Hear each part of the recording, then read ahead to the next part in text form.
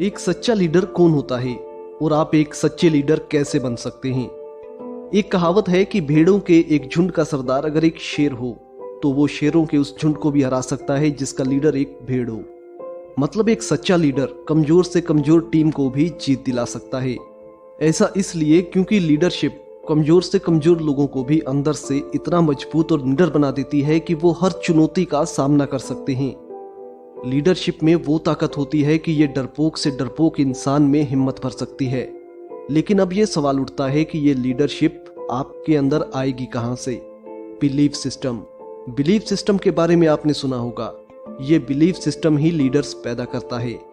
हम सभी जानते हैं कि जंगल का राजा शेर होता है, लेकिन शेर ना तो जंगल का सबसे बड़ा और ताकतवर जानवर है, ना ही सबसे तेज दौड़ने वाला है और ना ही सबसे फुर्तीला जानवर है। फिर भी वो जंगल पर राज करता है क्योंकि उसका बिलीफ सिस्टम सबसे स्ट्रॉन्ग है। वो खुद पर विश्वास करता है, अपने आप को लीडर मानता है, उसके अंदर लीडर्स वाला एटीट्यूड है। ऐसे ही दोस्तों हिटलर एक गरीब परिवार से था।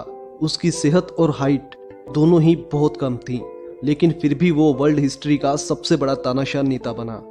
नेपोलियन, स्टालिन, लिंकन कोई भी आपसे बेहतर स्थिति में नहीं था, लेकिन फिर भी वो सब लीडर बने। वजह था उनका एटीट्यूड, उनका बिलीफ सिस्टम। वो खुद को लीडर मानते थे। समस्या देखकर भागने वालों में से नहीं थे, बल्कि उस समस्या का सामना करने वालों में से थे।